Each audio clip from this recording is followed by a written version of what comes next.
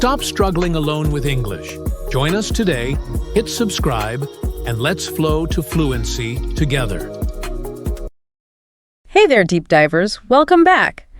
Let me start by asking you something really basic.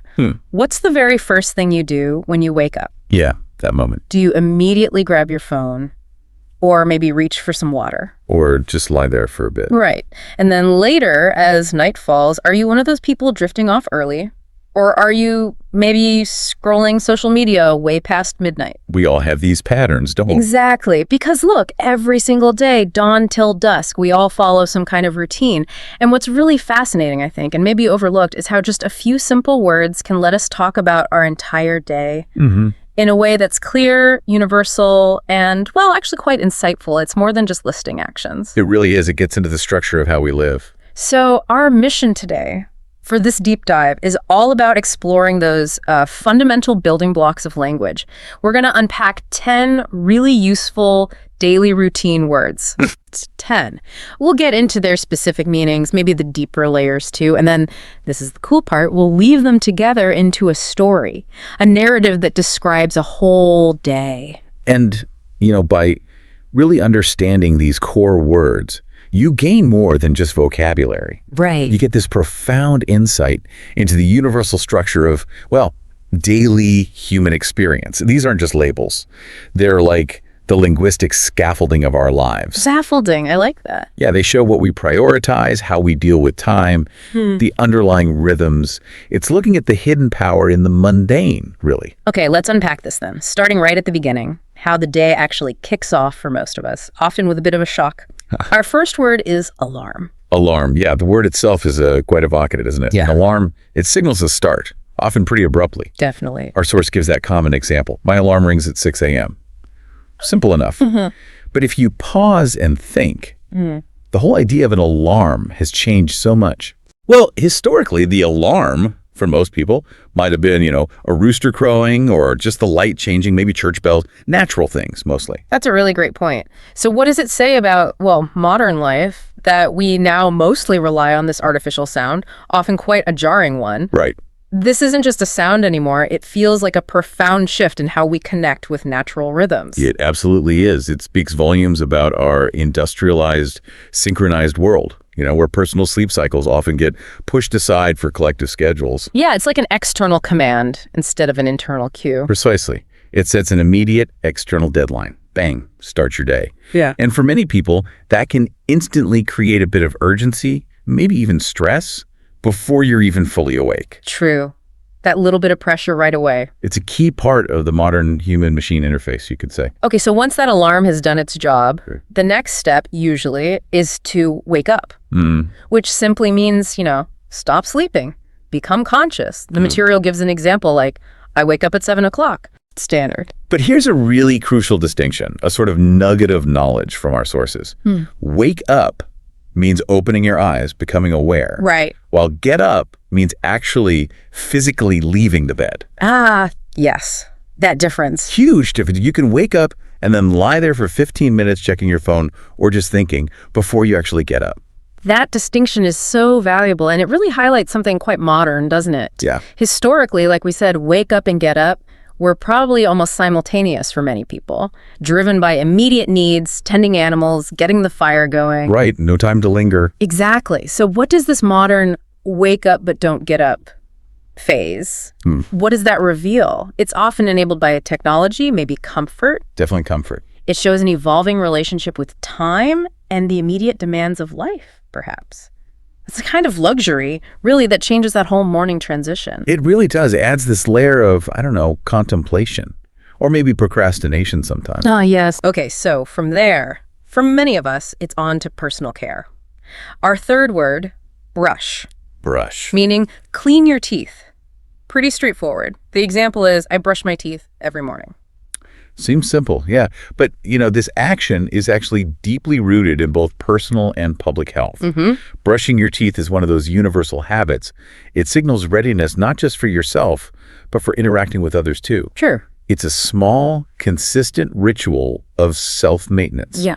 Think about the cultural importance placed on oral hygiene everywhere, like a nonverbal cue of care, of presentation. Yeah. Definitely. And often right after that, or maybe before, comes our fourth word, shower. Shower. Washing your body with water. The example, I take a shower before breakfast. For a lot of people, this is more than just cleaning, isn't it? It's almost a ritual.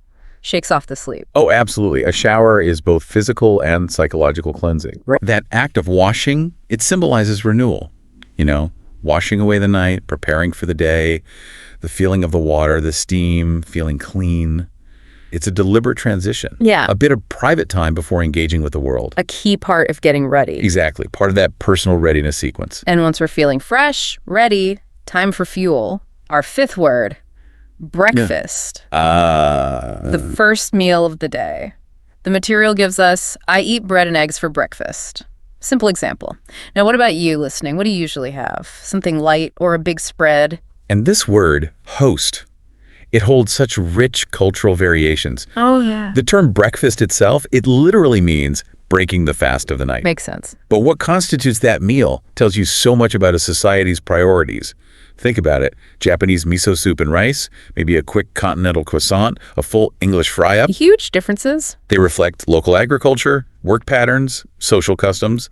It's not just fuel. It's kind of a cultural statement about how you kickstart your day. Absolutely. Shapes your energy, your interaction with the day right from the start. Okay, here's where things get really interesting, I think. We move into the main activities, the core of the day. Right. After those morning rituals. Our sixth word, work. Work. Yeah. Our sources highlight the core meaning, doing your job. Like, I work at a computer all day. Pretty common these days. But the term itself is incredibly flexible, isn't it? For students, it's, I work on my homework. Even for artists, we talk about the work involved. True.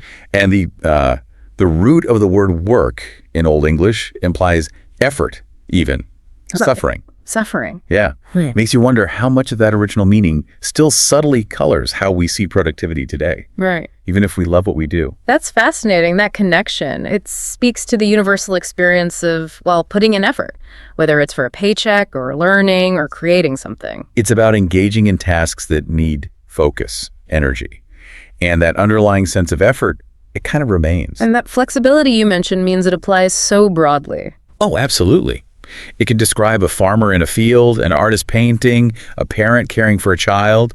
It's the act of purposeful engagement that takes up a big chunk of our waking hours. Okay. So after a period of that focused work, there's usually a break, a crucial one. Our seventh word is lunch. Lunch, the meal in the middle of the day. Example given is straightforward. We eat lunch at 1 p.m. Lunch serves as this vital midday marker, doesn't it? Yeah, it breaks things up. It's that essential pause, a moment to refuel, recharge. Often it's social, too, in many cultures. A chance to connect before diving back into the afternoon. Historically, the midday meal varied a lot, too, from a lighter luncheon, as it was called, to what later became a more substantial dinner before evening meals became the big one. So it structures the day, provides that mental and physical break. Exactly. And after that, maybe the afternoon brings a natural dip in energy. We often seek a moment of calm. Our eighth word, rest. Rest. To relax after work, example. Yeah. I take a rest in the afternoon. And what's really important to understand about rest, I think, is that it isn't necessarily sleeping. Right, it's different. It's more about unwinding, putting your feet up, maybe reading, just disengaging from intense activity.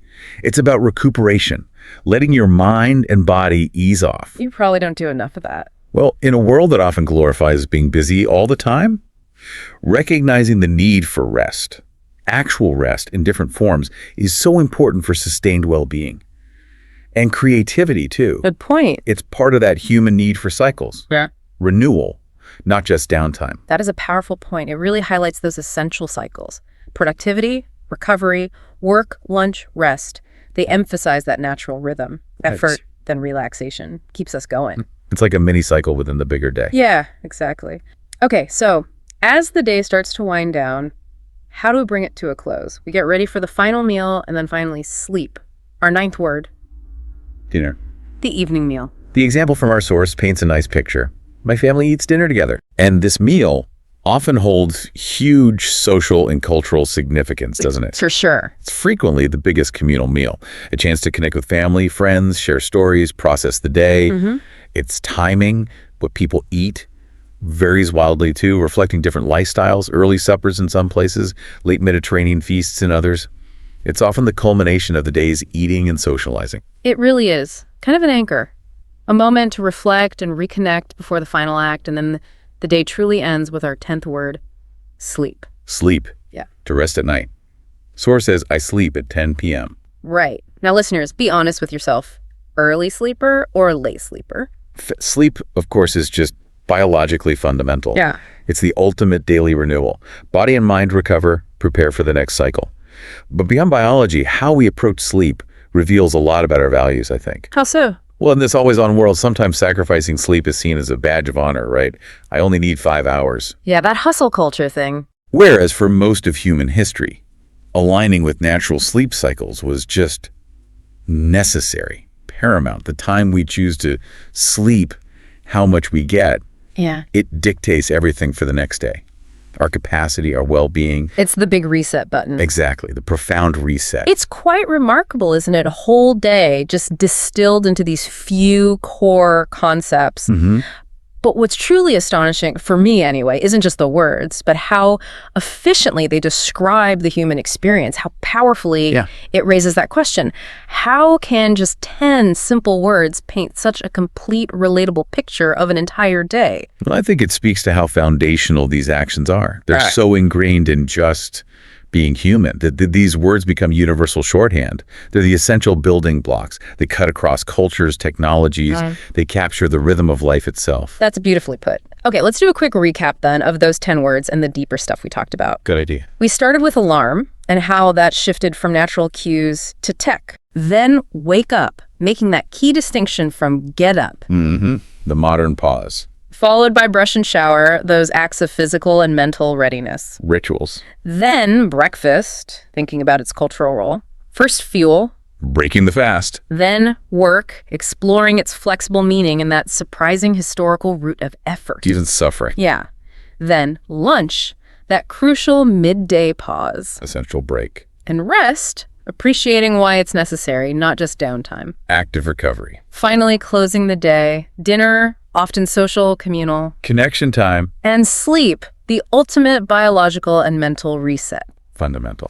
Okay, now for that illuminating moment, we're going to put them all together just like our source material does, create that full daily routine story, and you'll really see how well these simple words work. Ready? Let's hear it. My alarm rings. I wake up, I brush my teeth, I take a shower, I eat breakfast, I go to work, I eat lunch, I take a rest, I eat dinner. Finally, I sleep. It's really elegant when you hear it like that, isn't it? Yeah. Just those 10 words strung together. It gives such clarity, such completeness, describing a whole human day. Perfectly captures the rhythm. It does. From consciousness stirring until it recedes again. It just shows the amazing communicative power of simple language. And you just heard it. So now you have this powerful framework, really, for describing your entire day, not just listing actions, but thinking about the rhythms, the nuances behind them. Yeah. These aren't just abstract vocab words. These define the backbone of so many daily conversations. And now you've got a deeper understanding of what they mean, their impact. So here's your challenge. As you go about your day, today or tomorrow, I want you to actively think about your own daily routine. Okay. And in your mind, try describing it using at least, say, 5 of the words we talked about, and maybe weave in some of the insights we shared. Good exercise. Yeah. Like you might think, okay, my alarm definitely forces me to wake up earlier than I want. Then I quickly brush my teeth before I actually get up, take a quick shower. I work for hours, usually skip any real rest. And then finally, sleep. Probably too late. Seeing your own pattern. Exactly. It's a fantastic way to internalize these ideas, make them really yours. And building on that, maybe ask yourself, beyond just naming the actions, what does the specific sequence and focus of your daily routine story reveal? Oh, interesting. Yeah, what does it say about your priorities, your energy levels, how you choose to structure your life? What might you discover just by noticing the language you use for your day, the moments you emphasize, or maybe the ones you gloss over? Like the rest part, maybe? Could be. It's potentially a powerful self-reflection tool just hidden in these everyday words. Something to ponder, perhaps, as your alarm rings tomorrow morning? Or maybe as you choose to wake up and get up a bit more intentionally. Food for thought. Definitely. Okay, that's all for this deep dive. We'll catch you next time. Here's your challenge. Write your daily routine in the comments using at least 5 of today's words. For example, I wake up at 6, I brush my teeth, I eat breakfast. I work. I sleep at 10. The experience and the feeling